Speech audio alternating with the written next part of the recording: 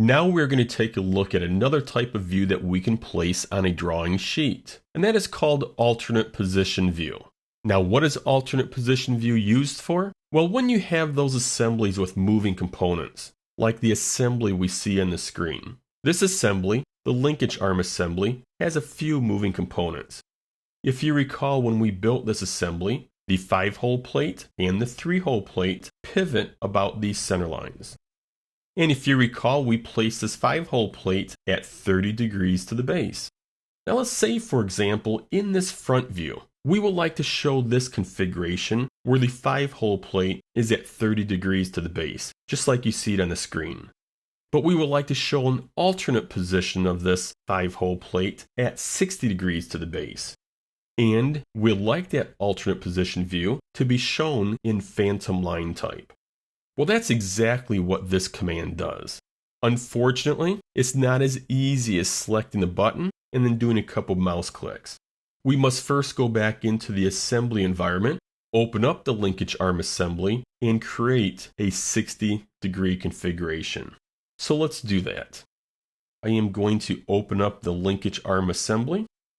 I'll expand the mates, and at the very bottom, notice we have our angle 1 mate. This is the one that we're concerned about for this lesson. And then we have an angle 2 mate. I am going to double click on the angle 1 mate. I am going to right mouse click on the 30 degrees. A menu opens up, and notice I have a selection for configure dimension. This is what we want to select. This is how we can create that 60-degree configuration. As soon as I select it, a dialog box appears with a default of 30 degrees. I'm going to create a new configuration. Let's call this new configuration 60-degree configuration, and the angle will be 60 degrees. We'll apply it and then select OK. Now, before I select OK, realize we now have two different configurations for this one assembly, a 30-degree and a 60-degree. So I'm going to select OK.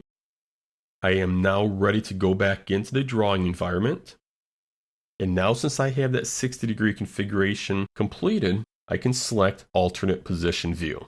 As soon as I select it, I'll be prompted to select a view on the sheet for the alternate position.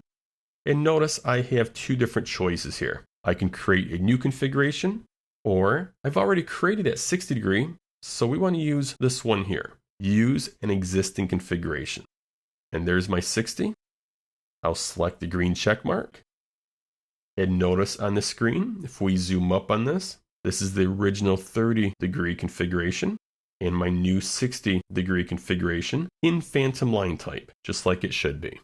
So that is how you create alternate position views. It's fairly easy, and it's one of those commands, after you use it a couple times, it becomes second nature.